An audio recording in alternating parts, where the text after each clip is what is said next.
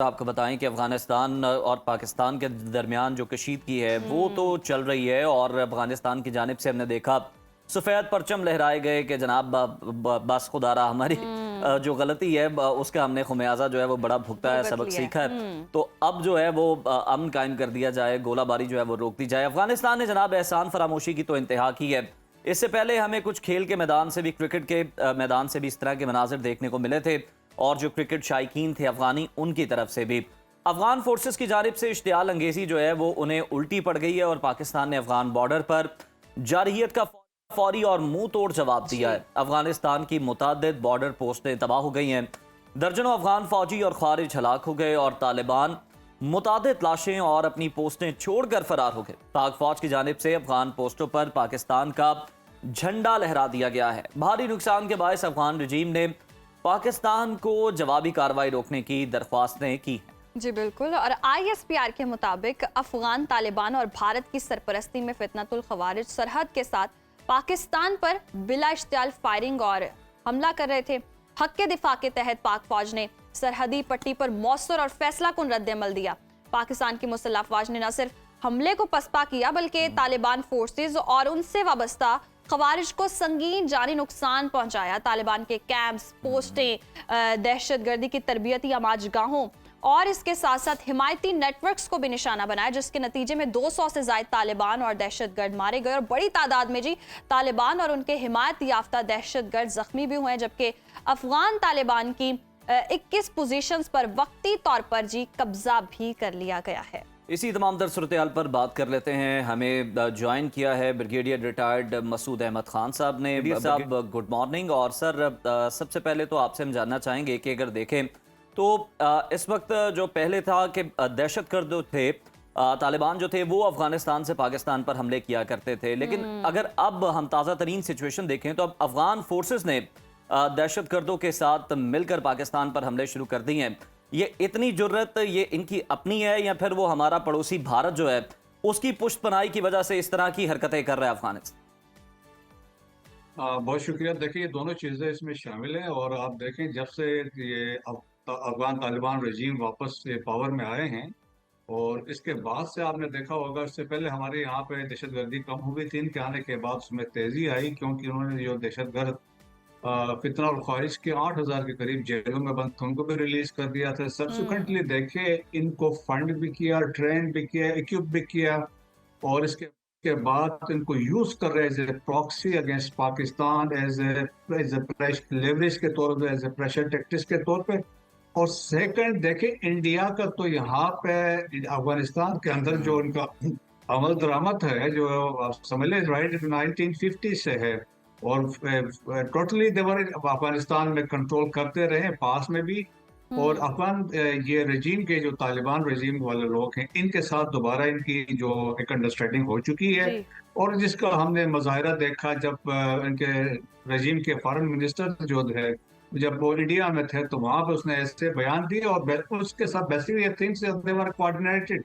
ये कोइंसिडेंस नहीं था। इनको ये बताना चाहते थे कि हम बड़े लायल हैं, हम आपके प्रॉक्सी हैं, आप जो कहेंगे हम यहाँ पे करेंगे। और देखें कि इनके ये डबल स्टैंडर्ड्स देखें, दोगलापन देख ले कि एक तरफ से इस्लाम की बात करते हैं, शरीयत की बात करते हैं।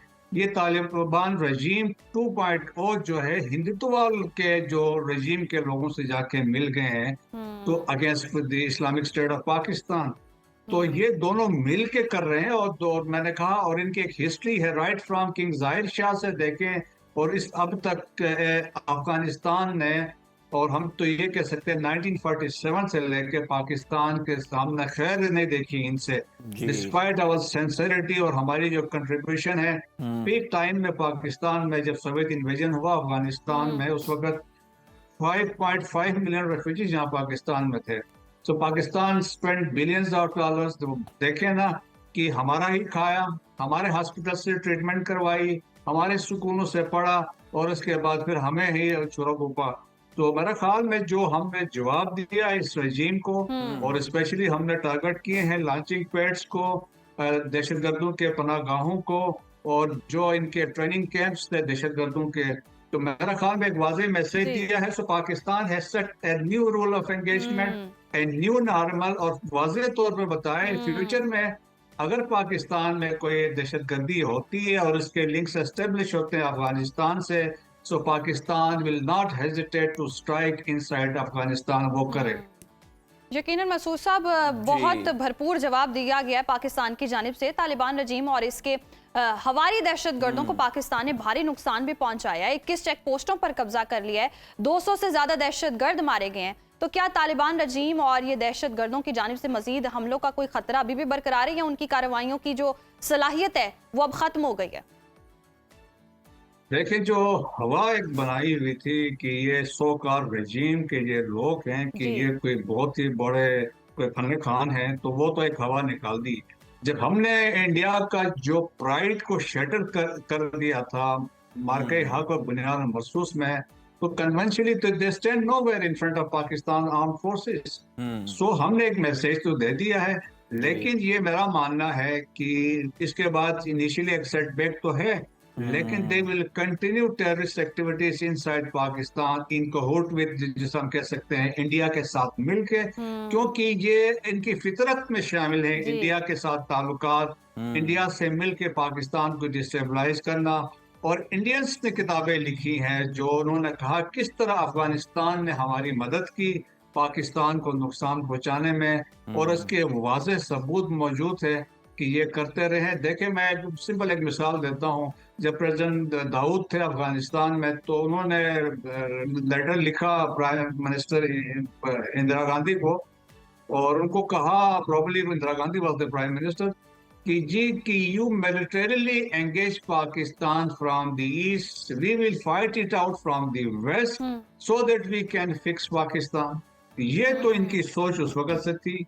तो और फिर देखें कि जो इंडियन कोविड ऑपरेशन, एक आतिश यादव की किताब है, उन्होंने लिखा वी रिक्रूटेड इन द रॉ ने रिक्रूट किया 3 वॉर लॉर्ड्स इन अफगानिस्तान। उनमें से एक उन्होंने कहा अहमद शाह मसूद थे, 2 के नाम इसलिए नहीं बताए, उन्होंने कहा वो जिंदा है। और उसी किताब में मेंशन है उनके जो एक फॉर्मर नेशनल सिक्योरिटी एडवाइजर है के नारायण, उन्होंने कहा कि we silently funneled unknown amount of cash to Afghan groups। ये तो इनकी अप्रोच थी। इन्होंने मिलके कोई अपॉर्चुनिटी इन्होंने जाया नहीं की जिसमें पाकिस्तान को ये नुकसान पहुंचाए। सो देखें कि मेरा ख्याल में जिस सिंसियरिटी के साथ हम कोशिश कर रहे थे, लेकिन जो भी रजीम आई है अफगानिस्तान में, we are not against Afghanistan के लोगों के अगेंस्ट नहीं है, और ना हम वहां जाके कोई कैप्चर करना चाहते हैं, but we want the respect of our flag, respect of the western borders, और दहशतगर्दी की हम अलो नहीं करेंगे। So that is our requirement है कि डिसमेंटल करें terrorist hideouts inside Afghanistan, वरना हमने रूल्स ऑफ एंगेजमेंट क्लैरिटी के साथ दिए।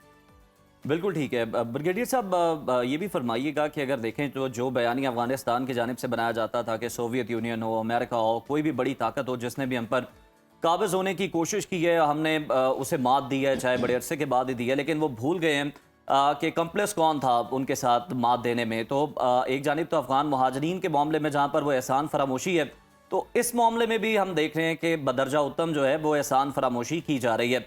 लेकिन ये जो तमाम तर बयानियत, आप नहीं समझते कि एक रात के अंदर मलिया मेड कर दिया कि जनाब आपको कोई शिकस्त नहीं दे सकता, आप जो है वो नाकाबिले शिकस्त हैं? तो वो भी फैंटेसी है। और आप देखें कि अफगानिस्तान को पर्शियंस ने रूल किया है, ग्रीक्स ने रूल किया है, मंगोल्स एंड मुगल्स हैं, तैमूर डायनेस्टी जो आए थे उन्होंने उसको रूल किया है, सोवियत यूनियन आके बैठा और कितने साल बैठा रहा, और उसके बाद फिर अमेरिकन आके बैठे रहे।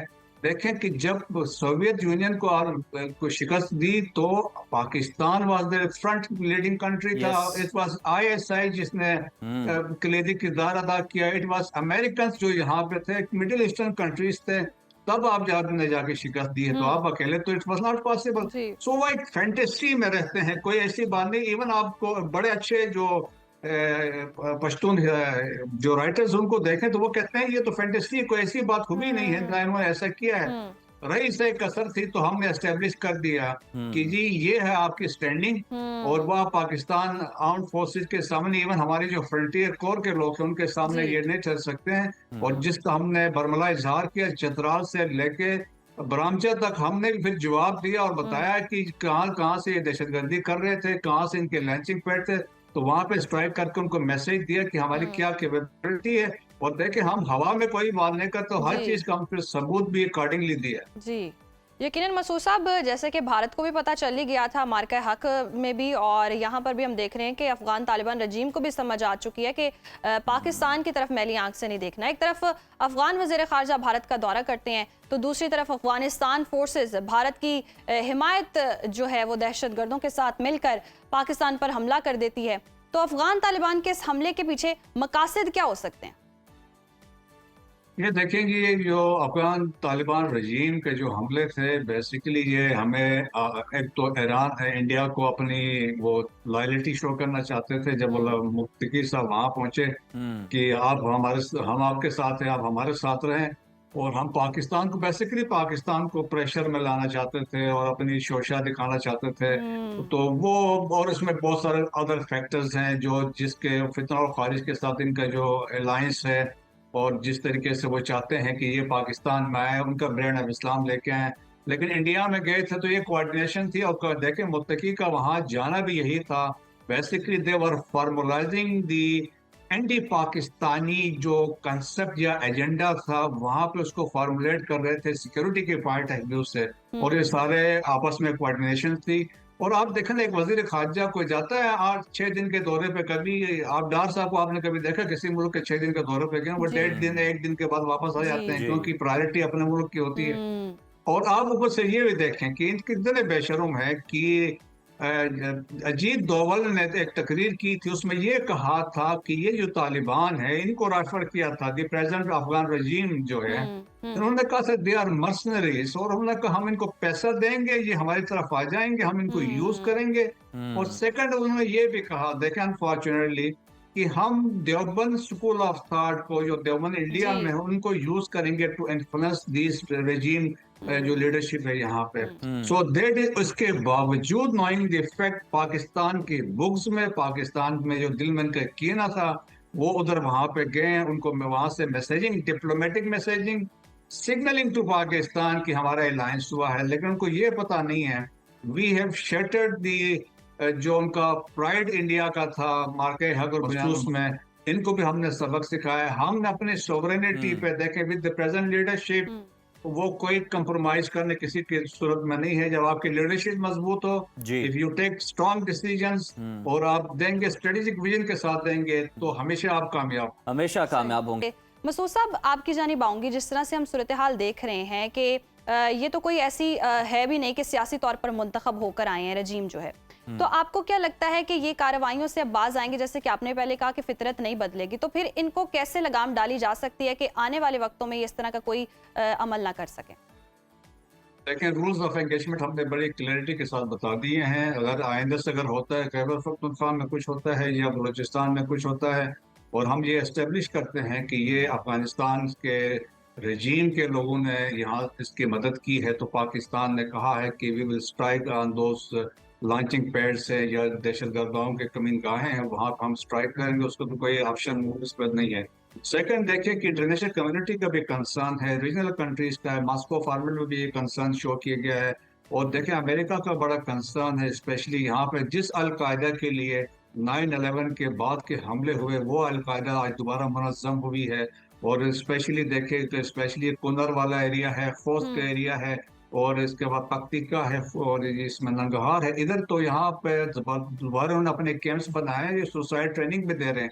तो अल कायदा भी वहाँ पे है, इस्लामिक स्टेट वहाँ पे है, इस्लामिक मूवमेंट ऑफ उज़्बेकिस्तान वहाँ पे है, तहरीक तालिबान ताजिकिस्तान वहाँ पे है, जैश अदल वहाँ पे है, फितनुल खारिज वहाँ पे है, फितनुल हिंदुस्तान वहाँ पे। सो अफगानिस्तान एक ऐसे एपिक सेंटर बना है। और देखें कि इंडिया भी एक एपिक सेंटर है स्टेट स्पॉन्सर्ड टेररिज्म का। तो दो दहशतगर्द मुल्क आपस में मिल गए हैं against Pakistan. So international community को पता है इंडिया एक्सपोज हो चुका है, ट्रांसनेशनल रिप्रेशन में दहशतगर्दी करवा रहा है। जिस तरह नजर वाला है, हरदीप सिंह नजर का असैसिनेशन है, अवतार सिंह खांडा जो का यहाँ यूके में असैसिनेशन है, परमजीत सिंह पंजवल लाहौर में मारा गया, वो भी एक्सपोज है। और इसके बाद ये लोग भी एक्सपोज हो चुके हैं, तो मेरा ख्याल में इंटरनेशनल कम्युनिटी अमेरिकन ने that's why BLA Majeed brigade को फॉरेन टेररिस्ट ऑर्गेनाइजेशन डिक्लेयर किया, they are operating from Afghanistan. जी United Nation analytics court section team की रिपोर्ट है, फॉर्मर जो सेंटकॉम के कमांडर थे जनरल कुरेला रिकॉर्ड ही सेट की अफगानिस्तान के अंदर टेररिज्म किस तरह पनप रही है, एंड ही सेट फितना और खारिज इज द फ्यूचर थ्रेट है ग्लोबल पीस के लिए। तो दुनिया समझती है और हो सकता है आप देखेंगे बहुत कुछ अरसे बाद Afghanistan will plunge into the civil war, क्योंकि there is a division, northern resistance front भी एक्टिव है। बिल्कुल ठीक है, सिविल वॉर का जो है वो शिकार हो सकता है अफगानिस्तान। आप ठीक कह रहे हैं ब्रिगेडियर साहब।